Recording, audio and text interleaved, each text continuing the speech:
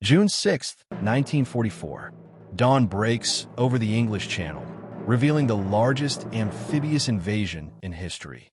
Thousands of ships, hundreds of thousands of soldiers, and one audacious goal: breach Hitler's Atlantic Wall. This is the story of how strategy, deception, and sheer courage turned the tide of World War II. By mid-1944, Nazi Germany controlled most of Western Europe. The Allies knew that to liberate France, they had to land troops directly on fortified beaches. But between them and freedom for Europe stood the Atlantic Wall, a sprawling network of bunkers, minefields, and artillery stretching from Norway to the French-Spanish border.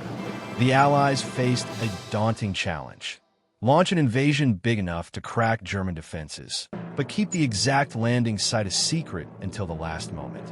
Operation Overlord, the code name for the entire invasion of Western Europe. Operation Neptune, the amphibious phase, getting troops from ships to the beaches. Deception operations. Operation Fortitude North, fake buildup in Scotland to suggest an invasion of Norway. Operation Fortitude South, inflatable tanks, fake radio chatter, and General Patton leading a phantom army near Dover to suggest a landing at Pas-de-Calais. The Germans took the bait. They reinforced Calais, leaving Normandy less defended but still a fortress. Built under the orders of Field Marshal Erwin Rommel, the Atlantic Wall was no simple beach. It was a killing ground designed to annihilate any invasion force. Sea obstacles.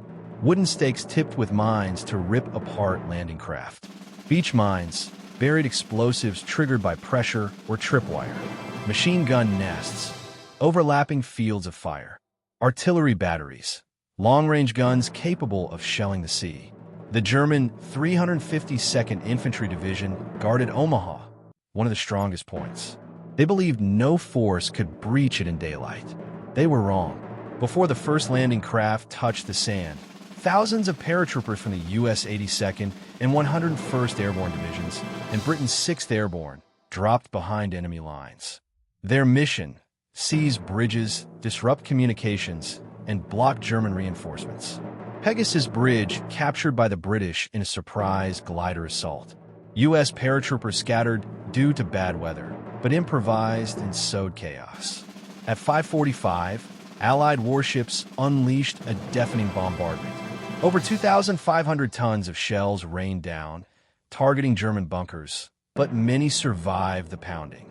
Utah Beach, U.S. minimal resistance, thanks to accurate naval fire and a fortunate landing 2,000 yards south of the intended point. Omaha Beach, U.S. heavy fire, high casualties. Engineers cleared obstacles under constant machine gun fire.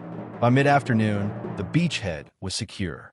Gold Beach, UK secured by British troops who pushed inland toward Bayou. Juno Beach, Canada fierce resistance at first, but Canadians advanced farther inland than any other force that day. Sword Beach, UK linked up with paratroopers at Pegasus Bridge. By nightfall, over 156,000 Allied troops were ashore. The Atlantic Wall had been breached, but the fight for Normandy had only begun. Omaha and Utah forces linked up. German panzer divisions mobilized, but constant Allied air attacks slowed them.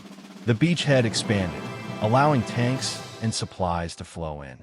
The key to success was not just brute force. It was deception, preparation, and adaptability. Deception kept German forces misaligned.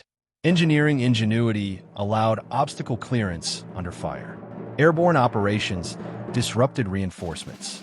D-Day did not win the war in a day, but it opened the door to the liberation of Europe. On those beaches, ordinary men faced extraordinary danger. Their courage broke a wall meant to last 1,000 years. And in doing so, they changed the course of history. History is full of battles, but the greatest one is keeping their stories alive. Subscribe, share, and like now. Never miss the moments that change the world.